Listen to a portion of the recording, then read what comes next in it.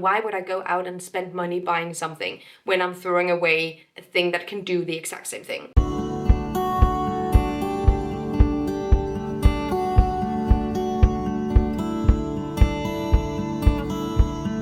Hello everybody and welcome back to my channel. My name is Gita Marie and right now it's cold, I'm tired, it's grey out, it's Friday. I'm looking forward to this weekend and please Lord, can we have no more catastrophes and emergencies? Please. So why not stick to a light motivational topic today? Who would like that? I would like that personally. I've done these videos quite a few times where I show different things that are unaesthetic sustainability actions. There are inherently many aspects of sustainability that are pretty, beautiful, aesthetically pleasing, but there are just as many parts of it that aren't as sexy. Let's talk about 10 of these things today. And just a disclaimer, okay, the best thing that we can do for the planet is to buy less crap. Across the board, anything that you can do that combats overconsumption is by far the most important thing. And when it comes to sustainability, obviously phasing out fossil fuels and intensive animal agriculture are also really important aspects. This is not meant to sound like saving your elastic bands will save the planet. This is not what this is about. But sustainability is a mindset and a method.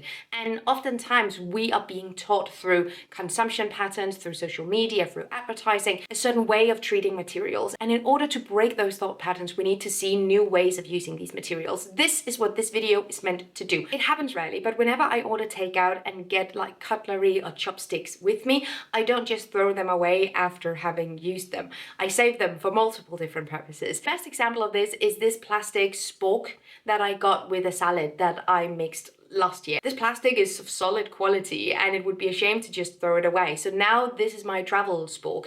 I have this in my bag whenever I go to festivals and whenever I travel or go to concerts in general, places where you would get takeout or any kind of to-go food where you might need to grab cutlery. In order to not continuously use new disposable cutlery, I just keep this in my bag now. So I'm using it for the exact same purpose. And you can do the exact same thing with chopsticks, but I've found that there are so many other ways of using them around the house. I use them routinely for plant support and it's been working really fantastically. I'm sorry if that is disrespectful. I've seen quite mixed opinions on these alternative chopstick uses. Some people are perfectly fine with it while others take offense to it. Please let me know and help me broaden my horizon, obviously. But I feel like it would just be such a shame to throw them away.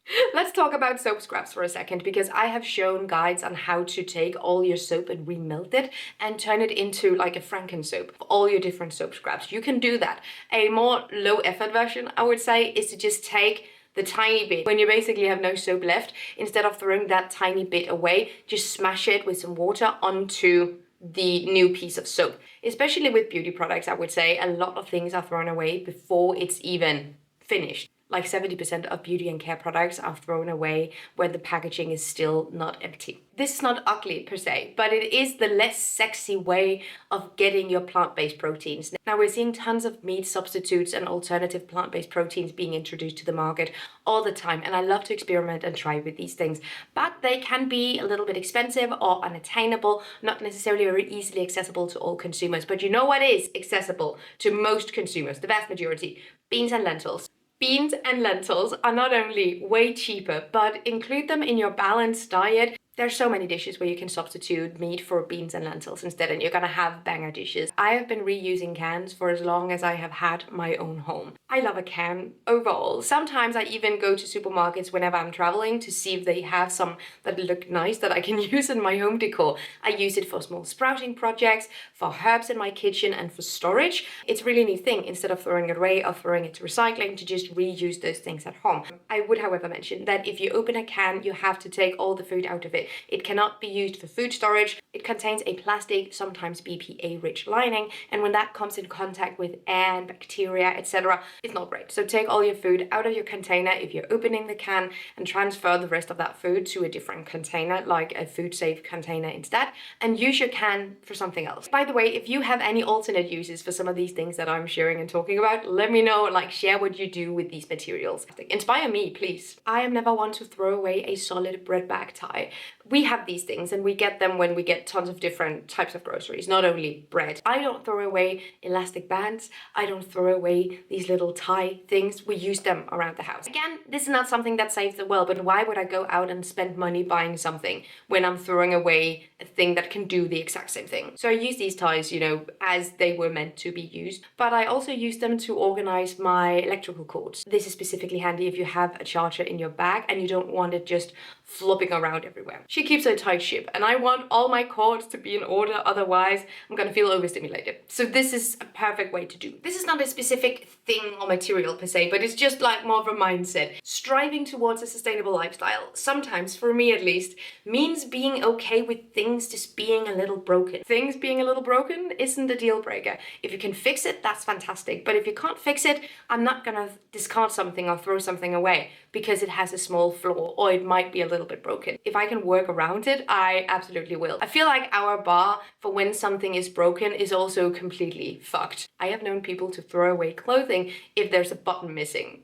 Girl, that is not broken. That is not broken. Oh my goodness. Anyway, so now this is really where you have to decide for yourself where the balance is between sustainable, reasonable living and hoarding is. Because I definitely save a lot of materials that I know that potentially down the line I will be able to use. So instead of having to go out and buy those things when I need them, I gather materials here and there and I just keep them. Wood pieces, paper, cardboard, those kinds of things. I tend to keep a little stash of cardboard boxes if I have to give a gift or send something. And then if I find a good piece of wood in the forest, I tend to take it home and turn it into cutlery. This is sort of where your own common sense comes into play and the balance between hoarding and being sustainable. It's kind of, that is not a clear line.